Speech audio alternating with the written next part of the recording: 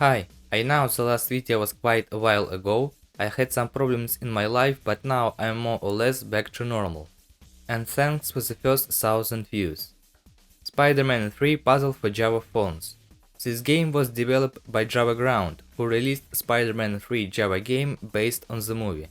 They released Spider-Man 3 in April 2007 and puzzle in July. Why so suddenly a video about Java game, especially one like this? Well, it's worth saying a little bit about myself here. In fact, I have never had a normal computer in my life. What you see on the screen, this is characteristics of the computer for which I sat for 12 years, until I bought a laptop on which I'm still sitting. The fact that on my channel all the videos so far have been dedicated to only 3 games, such as Shrek 2, Spider-Man 2 and Postal 2, it's not a coincidence. All of them are developed on Unreal Engine 2 and even on such a computer they played normally. I like these games of course, but it was my material conditions in which I grew up. So apart from this computer I had no consoles, but I had a Java phone. So I played a lot of games on it, including of course Shrek, Spider-Man and Postal. So on this channel will be videos about various Java games too.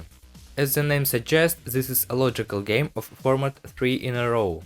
We collect orbs of different colors in a row and move to the control point on the map on pre-created route, so we cannot go where we want. I started playing this game several times on my phone, but each time I quit because it was too boring. But now I decided to finally check if this game has an ending. The first 8 levels are tutorial. On the first level we are told that we need to collect 3 orbs in a row to pass to the end point. On the second level they say that you need to collect scrambler orbs, which helps shuffle the field, and pointing to a bonus that adds time. On the third level they explain that you need to collect these orbs to get spider sense, which reveals the path.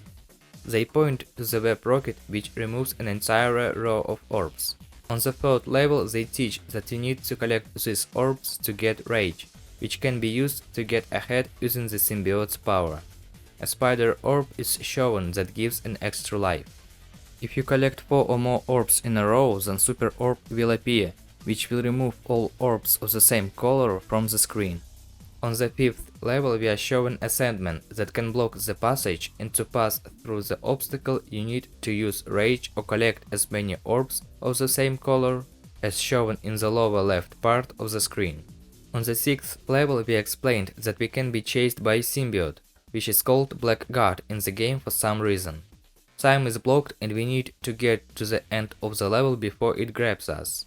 It's worth saying about such levels that they are actually quite easy levels.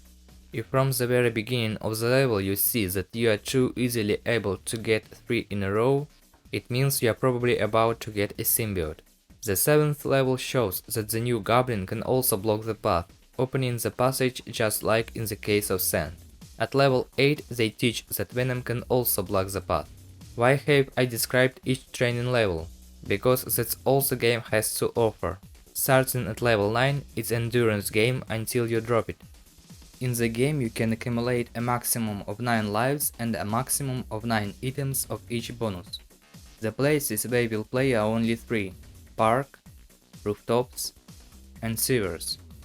When the Sandman block our path, sometimes it can block immediately on the screen, and sometimes it's a small tornado. Somewhere around level 200 I caught the bug a few times, when the tornado would wander back and forth for a long time, but the orb didn't block and it just stopped. The game uses a certain set of levels that are used from level to level, so if you decide to restart the level you are playing, it will change to another one. If anyone wants to play, I recommend getting through the first 50 or so levels. Beyond that, the maps will definitely be repetitive. I do not know whether it's the fault of the emulator or the game, but starting somewhere from the 150 level, at the start screen of the level when pressing continue, the game sometimes froze, and starting from the 200 level it happened all the time.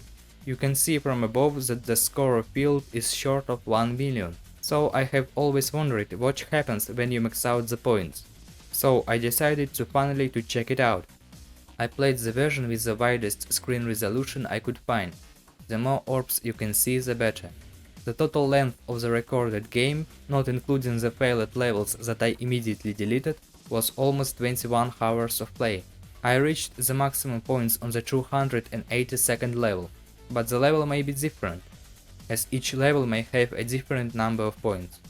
And what happens after that? The score just doesn't go any further, and the levels keep going. If the points don't go any further, I guess that's the end of the game. Perhaps the total count of levels will end at 999th level. Perhaps the levels will go on, but the number will not change. Or there will be even more levels by the numbers. I don't know that, and I don't want to go any further. What happens when the maximum points are reached, I always wanted to check, and I did. So now I can safely put this game out of my memory forever. Maybe there was an easier way to check this with some program, but I don't know anything like that. Write in the comments if anyone knows. That's it. I also now have a Russian channel if any of you understand it. The link is on the channel.